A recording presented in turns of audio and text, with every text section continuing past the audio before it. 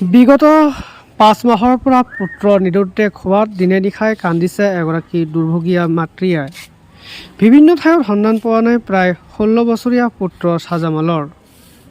পশ্চিম বিলাসীপাৰাৰ গুটিপাৰা তৃতীয় খণ্ডৰ বাবু শেখৰ পুত্ৰ ছাজামাল শেখ দেউতাৰ লগত নগাঁৱৰ এখন ইটা ভাটালৈ গৈছিল। তাৰ পৰাই নিখোজ হৈছে যুৱকজন।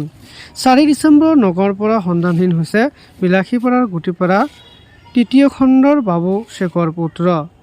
দিনে নিশাই পুত্ৰক বিচাৰি ভাঙি পৰিছে পিতৃ মাতৃয়ে।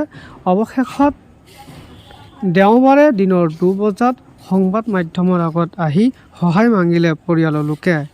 কোনোবাই লগ পালে 8822053537 অথবা 9284194108 নম্বৰত ফোন কৰিবলৈ পৰিয়ালৰ লোকে আহ্বান জনাইছে।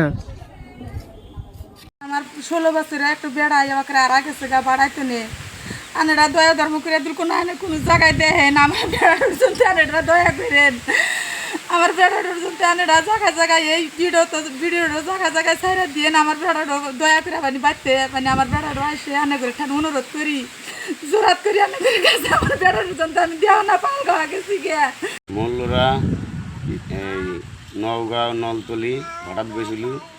তাৰ পৰা 2 দিনমান থাকিছে। তাৰপিছত মোৰ ল'ৰাটো ভাড়াৰ পৰা ক'ত বা গৈছে। আজি 5 মাহমান হ'ল মোৰ ল'ৰাৰ কোনো অনুসন্ধান পোৱা নাই। যদি আপোনালোকে চাই থাকে এটা নম্বৰ দি আছোঁ, এই নম্বৰটোত আপোনালোকে কল কৰিব। কিমান বয়সৰ আছে? বয়স কিমান আছিল? 16-17 বছৰমান হৈছে।